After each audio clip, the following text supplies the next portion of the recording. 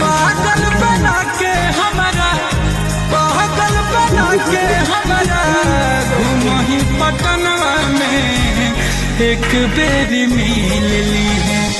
रांची पागल खनवा में एक बेरी मिल ली है। रांची पागल खनवा में एक बेरी मिल ली है। याद त हमारी करबो, याद त हमारी करबो रतिया सपनवा में एक बेरी मिल ली है।